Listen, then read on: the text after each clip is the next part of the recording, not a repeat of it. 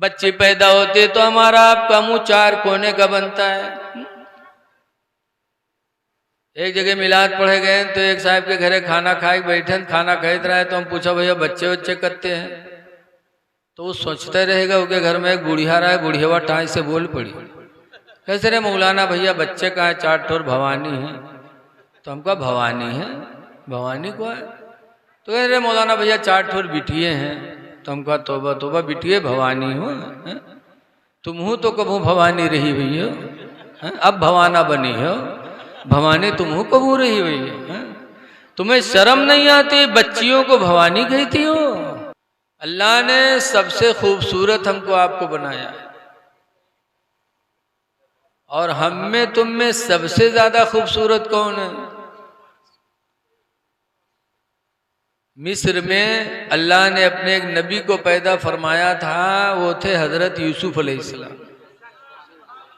दुनिया में मर्दों में यूसुफ अलैहिस्सलाम से ज्यादा खूबसूरत कोई पैदा ही नहीं हुआ, सबसे ज्यादा खूबसूरत थे यूसुफ अलैहिस्सलाम।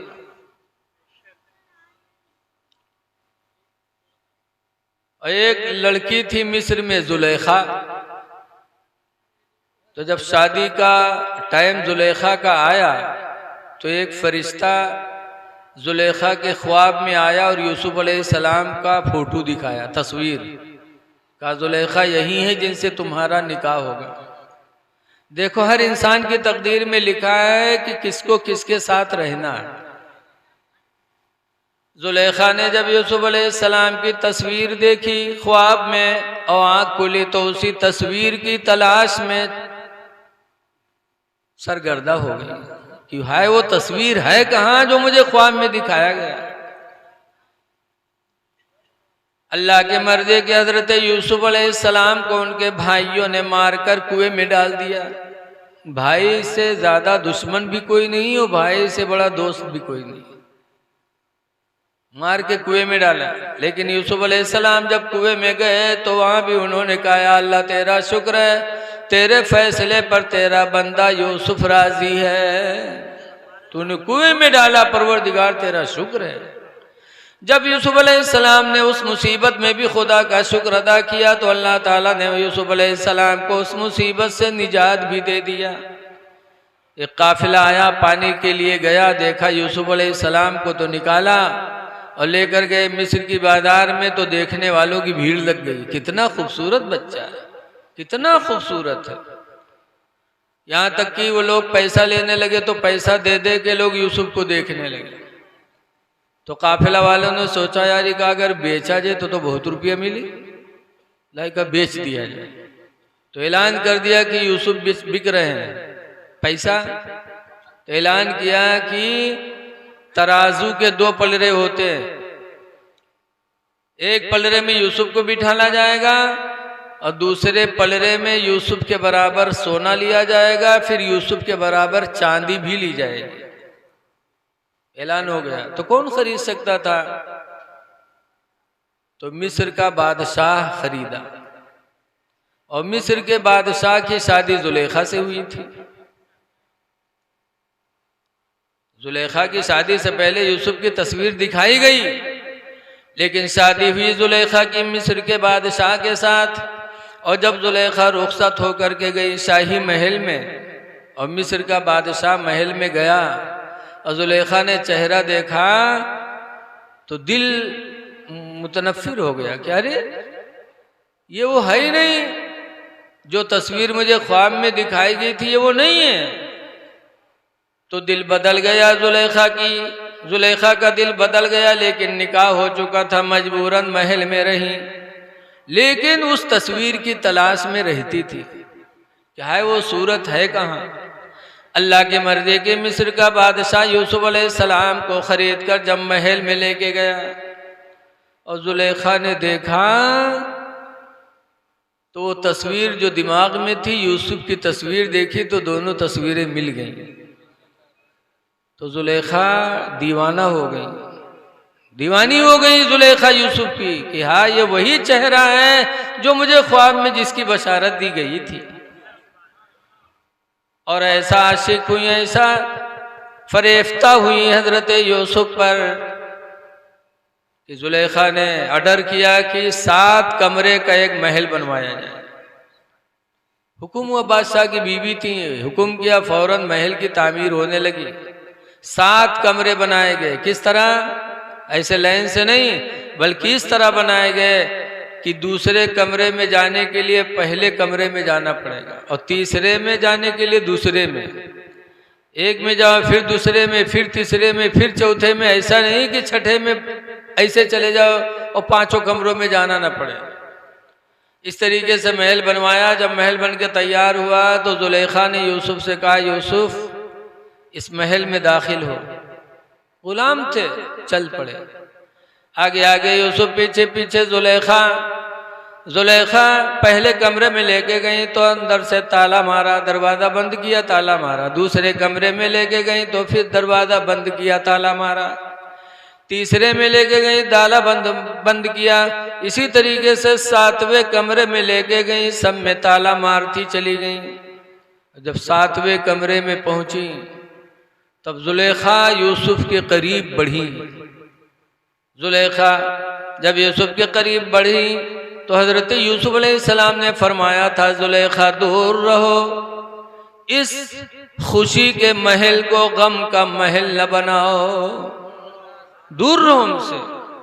लेकिन जुलेखा इस कदर फरेफ्ता हो गई थी कि आगे और बढ़ी। तब यूसुफ अलैहिस्सलाम ने फरमाया था, जुलेखा ये ना सोचो कि इस महल में कोई देख नहीं रहा है। इस बंद महल में जिस खुदा को हिसाब देना है वो खुदा हमें तुम्हें देख रहा है जुलेखा दूर हो जाओ। लेकिन जुलेखा ना मानी, इस कदर फरेफ्ता थी कि फिर आगे बढ़ी। तो यूसुफ अलैहिस्सलाम गुनाह से बचने के लिए, ज़िना से बचने के लिए वहां से भगे। जब भगे तो जुलेखा ने कुर्ता पकड़ा, खींचा।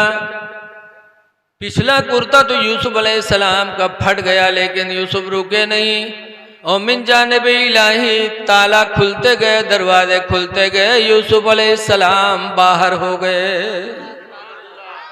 देखो अल्लाह का वादा बहुत सच्चा है। आज लोग कहते हैं वहां फंसे थे, करते नहीं तो क्या करते, मजबूरी थी। लेकिन रवायतों में कुरान करीम की आयत है, अल्लाह फरमाता है, मय्यत्तक़िल्लाह, जो अल्लाह से डरेगा, यजअल लहू मखरजा, तो अल्लाह ताला उसके लिए कोई ना कोई रास्ता जरूर निकाल देगा। अल्लाह से डरो, फिर देखो कैसे कैसे तुम्हारे लिए रास्ते पैदा होते। इसको रहने दो भैया, ऐसे रहने दो। बाहर आ गए। अब जुलेखा बाहर निकली तो फौरन जुलेखा ने अपना दांव बदल दिया, फौरन बाहर आके रोने लगी। मेहरवन के आंसू बहुत जल्दी निकलत है, फौरन भल भल भल भल आंसू गिरे लागत है। देखो तो लागत है बहुत भोली भाली। अल्लाह जाने दुबट्टम लहसुन के पानी लगाए रहा थे का। बाहर निकली, आंसू का सिलसिला चारू। पूछा गया क्या हुआ, तो जुलेखा कहती हैं कि इस गुलाम की सजा क्या होगी जिसने बादशाह की बीवी को हाथ लगाया है। औरतों का मकर बड़ा कर रहा होता है। कुरान में कई दुकुन्ना अजीम, ऐ औरतों तुम्हारा मकर बहुत बड़ा है। कहा इस गुलाम की क्या सजा होगी जिसने बादशाह की बीवी को हाथ लगाया। तो लोग जमा हुए, यूसुफ अलैहिस्सलाम की सजा के बारे में मशवरा होने लगा कि इसको सजा कौन सी दी जाए। लेकिन कुछ अक्ल वाले हर जमाने में रहे हैं, कुछ अक्ल वाले भी थे। उन्होंने कहा बगैर मामले की तहकीक किए यूसुफ को सजा नहीं होनी चाहिए, मामले की तहकीक की जाए। क्या तहकीक हुई? मीटिंग हुई। उस मीटिंग का तस्करा अल्लाह ताला ने कुरान में भी फरमाया 12वां पारा में। मीटिंग वालों ने कहा था कि यूसुफ का कुर्ता मंगा के देखो, यूसुफ का कुर्ता मंगाया जाए। इनका न कुद्द कमीसुहु मिन दुबुरिन फसदका, कि अगर यूसुफ का पिछला कुर्ता फटा हो तो यूसुफ को सच्चा माना जाएगा, जुलेखा को झूठी माना जाएगा। व इनका न कुद्द कमीसुहु मिन क़ुबुलिन फसदक़त, और अगर अगला दामन फटा होगा तो जुलेखा को सच्ची माना जाएगा, यूसुफ को झूठा माना जाएगा। यूसुफ का कुर्ता मंगवाया जाए। जो लोगों ने मीटिंग की थी, अल्लाह ने कुरान में उस मीटिंग की बात को नाजिल फरमा दिया। 12वां पारा की आयत है। जब यूसुफ अलैहिस्सलाम का कुर्ता मंगाया गया, देखा गया तो हकीकत में पिछला दामन फटा था। जुलेखा झूठी हो गई। जब जुलेखा का झूठ साबित हुआ तो जुलेखा बदनाम जमाना हो गई। मिस्र में जगह जगह बदनाम, जहां 4 मेहरुए बैठे हुए फसर फसर। हायरे जुलेखिया तो कमाल की थी। जुलेखिया तो गुलाम का दिल दे बैठी। जहां देखो हुए कोई बात के प्रचार करावे खोए तो मैक न बंधाओ, कोनो मेहरुवक बताई दो, फट से पूरे गांव में हो बात फैल जाएगी। प्रचार में बहुत माहिर होती है। जहां बैठेंगी एक दूसरे की बुराई। हजरत जुलेखा मिस्र में बदनाम जमाना हो गई। जहां देखो औरतें जुलेखा को बुरा भला कहती थी। जुलेखा के कान सुनते सुनते पक गए। तब जुलेखा ने मिस्र की औरतों की दावत ली। दावत बंटवाई कि मिस्र की सारी औरतों की शाही महल में दावत है। चल पड़ी औरतें तवाजा खाए में है बहुत आगे है। पाए जाए कहूँ को बिहाव है, चलते हैं लड़का बिटिया, एक हाथ के लड़का बहू लेके चलते हैं। हाँ, बसमा बैठाए हैं, उल्टी होत है लड़कन के, वही पेशाब करते हैं, वही चीपों करते हैं, लेकिन इनके तवाजा न छुटक चाहिए। हाँ, तवाजा में बहुत माहिर है। तवाजा मिले चाहे जितनी मुसीबत। मिस्र की औरतों को जब दावत मिली जुलेखा की तो सारी औरतें मिस्र के शाही महल में पहुंच गईं। जब पहुंच गईं तो जुलेखा ने दस्तरखान सजाया, सब बैठ गईं। तब जुलेखा ने एक एक चाकू दिया, एक एक लेमू हर औरत को दिया। कहे मिस्र की औरतों, जिस यूसुफ के लिए तुम लोगों ने मुझे बदनामे जमाना किया है, उस यूसुफ को मैं बुला रही हूं। जब मेरा यूसुफ आएगा तो उस वक्त तुम लोग अपने अपने चाकों से लेमू को काट देना। मेहरुए कहते भला अपने यूसुफ का, देखिए तुम्हारे यूसुफ का, बुला।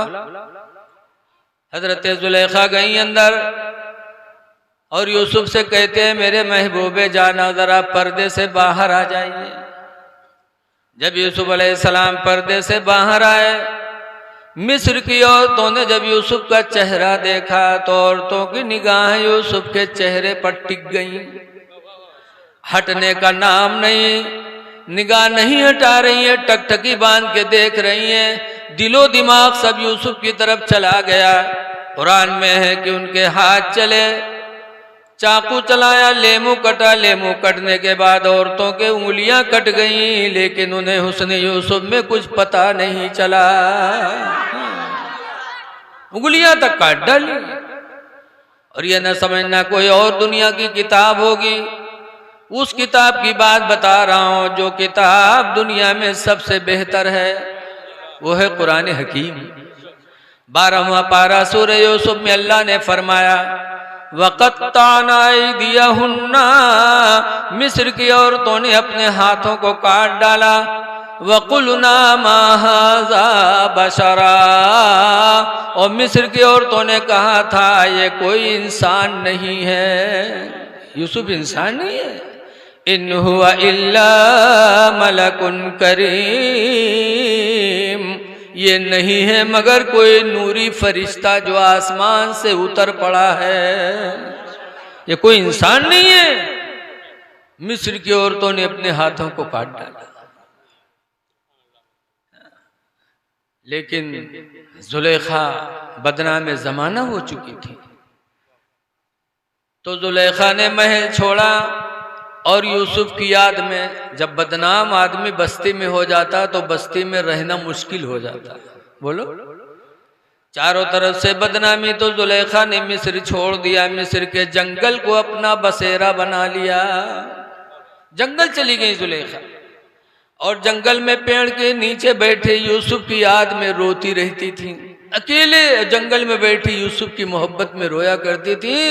इश्क बहुत अहम चीज होती है, दुनिया में अगर किसी ने किसी से किया होगा तो उसको पता होगा। जुलेखा जंगल में बैठकर रोया करती थी और इधर हजरत यूसुफ अलैहिस्सलाम की सच्चाई की वजह से उन्हें लोगों ने मिस्र का बादशाह चुन लिया।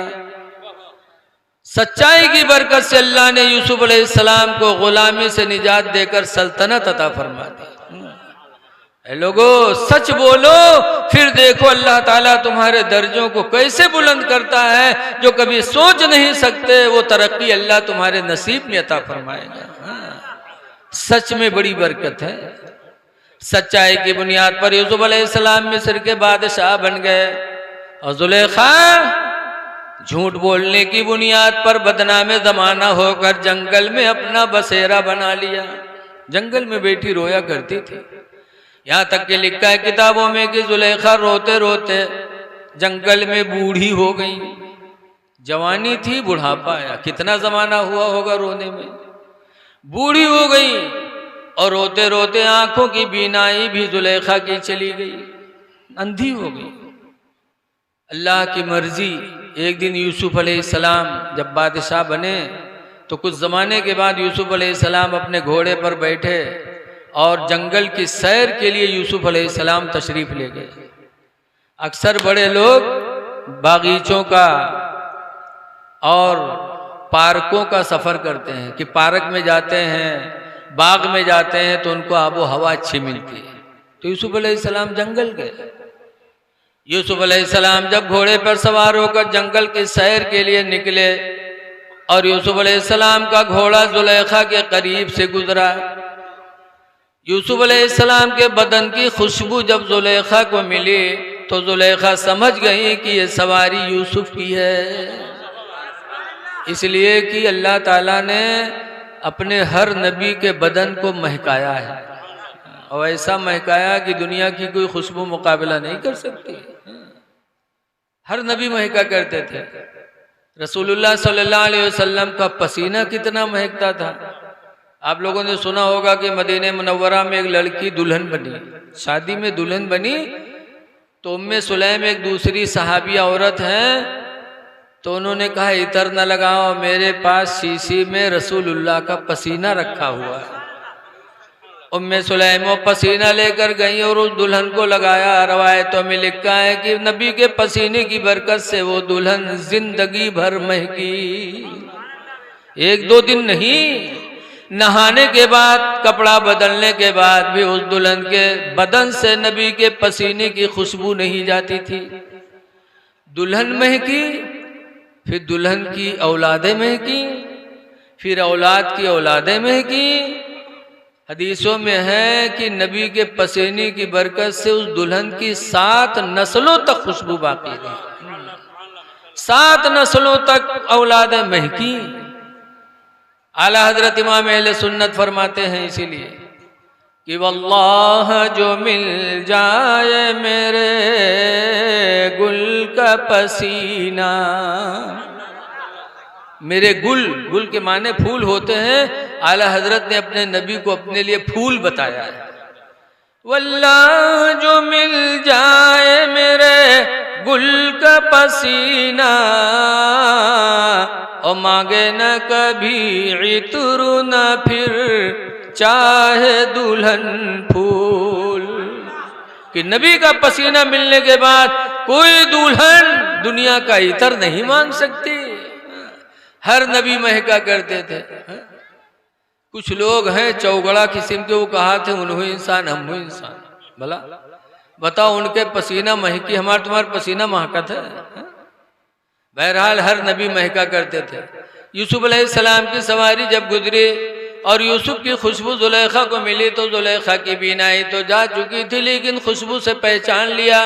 तब जुलेखा एक बोली बोली थी, उस बोली को भी अल्लाह ने कुरान 12वां पारा में भी नाजिल फरमाया।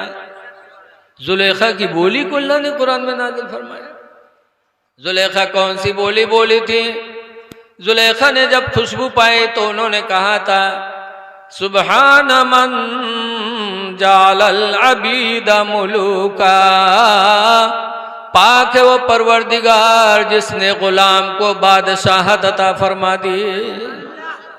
कि यूसुफ गुलामी की जिंदगी में थे, लेकिन वो परवरदिगार कितना पाक है कि गुलामी से निकाल कर अल्लाह ने सल्तनत अता कर दी। व सुब्हान मन जालल मुलूक अबीदा। और जुलेखा ने अपनी तरफ इशारा किया कि वो परवरदिगार कितना पाक है कि मुझ जैसी मलका को नौकरानी बना दिया। कि मैं बादशाह की मलका थी, लेकिन अल्लाह ने नौकरानी बना के जंगल में ढकेल दिया। और यूसुफ गुलाम थे, अल्लाह ने उन्हें बादशाहत दे दी। अल्लाह तो कितना पाक। जब जुलेखा ने खुदा की कुदरत को याद किया, यूसुफ अलैहिस्सलाम सुने तो जुलेखा के करीब गए। देखा जुलेखा की हालत, तो यूसुफ अलैहिस्सलाम को बड़ा तरस आया। फरमाते हैं जुलेखा, जंगल को बसेरा बना लिया। कहा यूसुफ तुम सब कुछ जानते हो, बुढ़ापा आया, आंखों की बीनाई गई, जंगल को अपनी जिंदगी का बसेरा बनाया। यूसुफ सब जानते हो, सब तुम्हारी मोहब्बत में हुआ है। जो यूसुफ अलैहिस्सलाम को तरस आया तो फरमाते जुलेखा मेरे लायक कोई खिदमत हो तो बता दो, मैं तुम्हारी मदद के लिए तैयार हूं। तब जुलेखा ने कहा था ये यूसुफ तुम अल्लाह से दुआ कर दो, जिस अल्लाह ने तुम्हें गुलामी से अलग करके बादशाहत दी, उस खुदा से दुआ कर दो कि अल्लाह ताला मेरे आंखों की गई हुई बीनाई को वापस कर दे, ताकि मैं तुम्हें जी भर के देख लूं। यूसुफ अलैहिस्सलाम ने दुआ मांगी तो अल्लाह ताला ने यूसुफ के वसीले से जुलेखा की गई हुई बीनाई को वापस फरमा दिया। आनन फानन जुलेखा की आंखों की रोशनी वापस आ गई और जी भर के यूसुफ को देख लिया। फिर यूसुफ कहते हैं जुलेखा और कोई मदद मेरे लायक हो तो बता दो। तो जुलेखा कहती दूसरी ख्वाहिश ये यूसुफ की दुआ कर दो कि अल्लाह ताला मेरी जवानी वापस लौटा दे। यूसुफ अलैहिस्सलाम ने दुआ मांगी तो अल्लाह ने अपनी कुदरत से जुलेखा की जवानी को भी वापस कर दिया। जवान हो गई जुलेखा, आंखों की रोशनी भी आ गई और जवानी भी आ गई। यूसुफ अलैहिस्सलाम फिर फरमाते हैं जुलेखा मेरे लायक और कोई मदद हो बताओ, मैं करने के लिए तैयार हूं। तब जुलेखा ने कहा था यूसुफ तीसरी मेरी आरज़ू ये है कि तुम अपने निकाह में मुझे कबूल कर लो। एक जमाना पहले ख्वाब में तुम्हारी सूरत किसी फरिश्ते ने दिखाई थी, खुदा की कसम उसी वक्त से इस सूरत की तलाश में मैंने जिंदगी गंवा दिया। ऐ यूसुफ तुम मुझे अपने निकाह में कबूल कर लो, यही मेरी आखिरी ख्वाहिश है। तो यूसुफ अलैहिस्सलाम ने जुलेखा से अपनी शादी कर ली और जुलेखा यूसुफ के निकाह में आ गई। तो अल्लाह ताला ने पहली मर्तबा एक लड़की अता फरमाया। कौन सी लड़की? जिसका नाम था बीबी रहमत। क्या नाम था? लड़की पैदा हुई, बीबी रहमत नाम पड़ा। और फिर उस बीबी रहमत की जवानी के बाद अल्लाह ताला ने एक नबी के दामन में लगा दिया। उनका निकाह हजरत अय्यूब अलैहिस्सलाम से हो गया। ऐ लोगो, आज हमारे तुम्हारे घर में बच्ची पैदा होती है तो हम रंजीदा होते हैं। बच्ची पैदा होती है तो हमारा आपका मुंह चार कोने का बनता है। एक जगह मिलाद पढ़े गए तो एक साहब के घरे खाना खाए बैठे, खाना खाते रहे तो हम पूछा भैया बच्चे बच्चे करते हैं? तो वो सोचते रहेगा उसके घर में एक बुढ़िया रहा है, बुढ़िया टाई से बोल पड़ी, कैसे रे मौलाना भैया बच्चे कहाँ है? चार ठोर भवानी है। तो हमका भवानी है? भवानी को है? तो कह रहे मौलाना भैया चार ठोर बिटिए हैं। तो हमका तोबा तोबा बिटिए भवानी हो, तुम हो तो कबू भवानी रही हुई हो, अब भवाना बनी हो। भवानी तुम हो कबू रही हुई है? तुम्हें शर्म नहीं आती? बच्चियों को भवानी कहती हो? रसूलुल्लाह ने बच्चियों को रहमत इलाही बताया है। ये खुदा की रहमत है बच्चियां। इसीलिए मेरे पैगंबर फरमाते हैं ऐ लोगों जब कहीं सफर में जाओ और वापस आओ और कुछ खाने पीने की चीज लेकर के आओ, घर में दाखिल हो तो सबसे पहले बच्चियों को दो, लड़कों को बाद में, बच्चियों को पहले दो, इसलिए कि बच्चियां रहमत इलाही हैं, ये खुश हो जाएंगी तो अल्लाह की रहमत तुम पर बरस पड़ेगी। लेकिन आज बच्चियों के पैदा होने से हमारे दिल तंग होते हैं। ऐ लोगों, याद रखो, जब इंसान अल्लाह की फरमा बरदारी करता है तो अल्लाह ताला उसके दर्जात ऐसा बुलंद करता है कि कभी इंसान सोच नहीं सकता। लेकिन एक बात बताओ कि यूसुफ अलैहिस्सलाम की हुस्न की मोहब्बत में मिस्र की औरतों ने हाथ काटे। हमारे तुम्हारे पैगंबर कितने हसीन थे, इतने हसीन थे, इतने हसीन थे मेरे नबी कि हमारे नबी पर अरब के नौजवान ऐसा आशिक हुए कि उन्होंने जंगों में अपनी गर्दनें कटा दी, अपने बच्चे कुर्बान कर दिए।